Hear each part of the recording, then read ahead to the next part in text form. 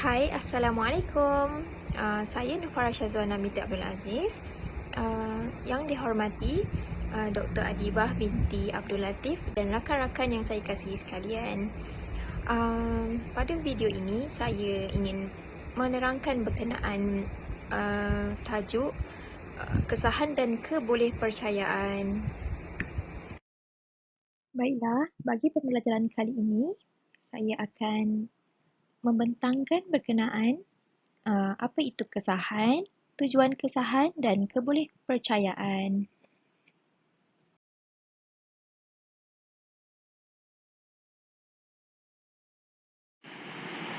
Yang pertama, apa itu kesahan?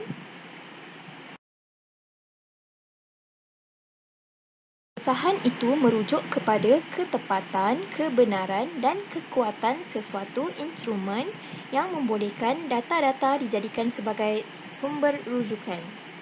Kesahan juga merujuk sama ada ukuran atau petunjuk yang digunakan itu mampu mencapai objektif ataupun tidak, sama ada tepat ataupun tidak tepat. Sebagai contoh, ketinggian kita, pembaris, penimbang berat. Jadinya, penimbang tidak mempunyai kesahan untuk mengukur ketinggian. Justeru, terdapat beberapa jenis kesahan.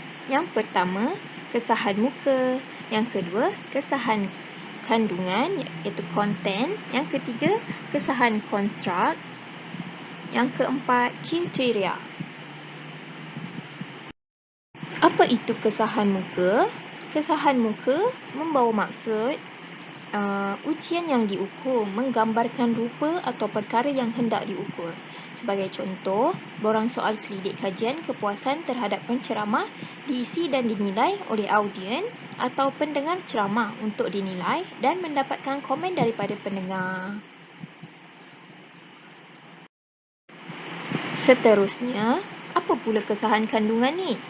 Kesahan kandungan membawa maksud ujian yang dilakukan berdasarkan kandungan atau perkara yang hendak dikaji. Sejauh mana alat itu mampu mengumpul data yang merangkumi kandungan sesuatu bidang yang dikaji. Contohnya, apabila kesahan ini dilakukan, guru atau penilai dapat membuat perbandingan di atas pencapaian murid dalam sesuatu ujian itu sama ada selaras dengan pencapaian kemudian dalam sesuatu ujian yang serupa atau tidak. Sesuatu alat pengukur dikatakan mempunyai kesahan kandungan yang tinggi sekiranya alat tersebut dapat mengukur semua isi serta kandungan bidang. Ini hanya dapat ditentukan oleh mereka yang pakar dalam bidang-bidang berkenaan. Selain itu, apa yang dimaksudkan dengan kesahan konstrak pula? Kesahan konstrak yang bermaksud ciri yang sah terkandung dalam sesuatu ujian yang digunakan untuk mengukur mental manusia atau tingkah laku. Kesahan konstrak ni dapat mengukur sejauh mana seseorang itu menunjukkan personaliti, tingkah laku atau mental mereka sendiri.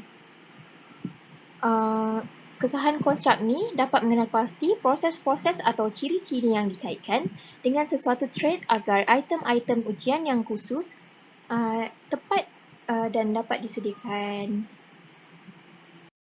Manakala kesahan kriteria pula merujuk kepada sejauh mana perhubungan antara perkara dalam alat kajian dengan kriteria luaran yang berkecuali. Kriteria yang hendak diukur adalah kriteria yang konsisten sebagaimana ditunjukkan oleh subjek di luar pengukuran. Sebagai contoh, ibu bapa menunjukkan sikap yang positif terhadap peranan pendidikan vokasional berbanding dengan pendidikan akademik sebagaimana yang ditunjukkan oleh alat kajian berkaitan, sedangkan mereka masih menghantar anak-anak mereka untuk mengikut pelajaran dalam aliran pendidikan akademik yang biasa.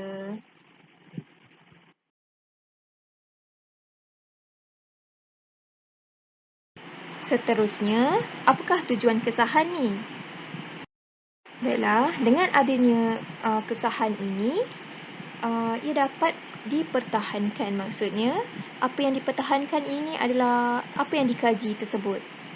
Daripada hasil kajian, kita dapat mengetahui pelajar tersebut lemah ke, dapat kita ketahui peningkatan juga.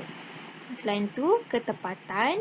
Ketepatan ni kita dapat daripada hasil kajian tersebut sama ada tepat ke tidak. Yang ketiga pula, kebolehgunaan. Daripada hasil kajian tersebut, kita boleh guna sebagai kajian para guru sama ada pelajar tersebut perlu diperbaiki lagi ataupun masih dalam keadaan masih lemah. Yang keempat, kesesuaian. Kesesuaian ni kita boleh membawa maksud guru perlu memberi macam latihan yang bersesuai dengan tahap yang dikuasai oleh murid-murid. Yang kelima pula, bererti. Itu saja.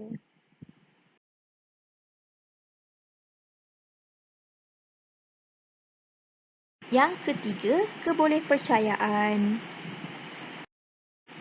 Seterusnya, apa itu kebolehpercayaan?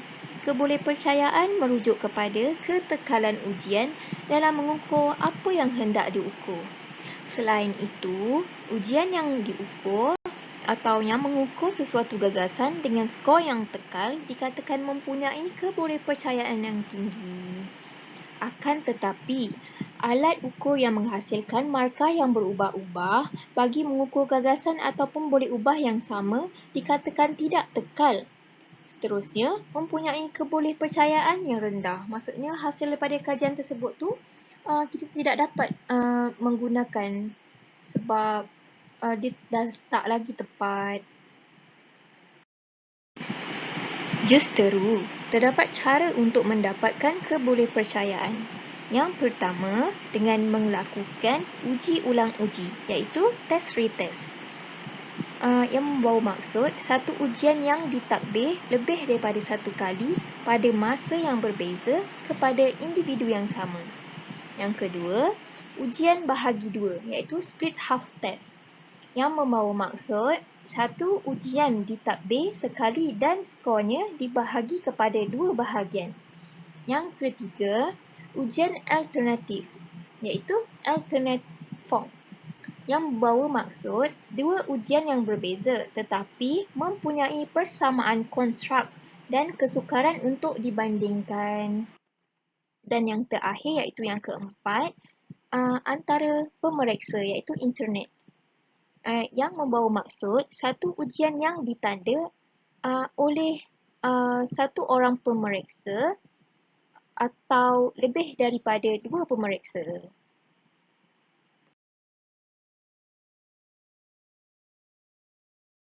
Baiklah, itu saja penerangan daripada saya. Sekian, terima kasih.